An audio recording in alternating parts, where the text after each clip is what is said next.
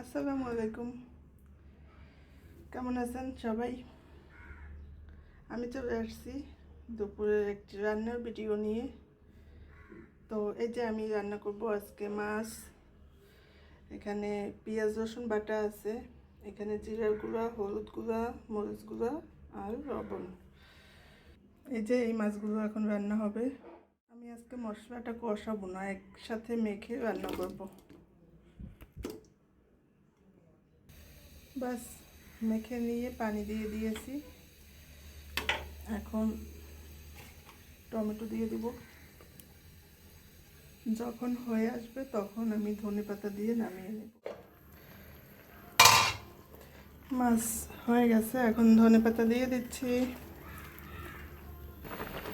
এই যে আমার রান্না শেষ। ধনেপাতাটা সিদ্ধ হয়ে গেলেই শেষ হয়ে যাবে। 10 সেকেন্ড ঢেকে রাখি। তো আজকের মতো রান্নাটা এখানেই শেষ করছি। সবাই ভালো থাকবেন। আল্লাহ হাফেজ।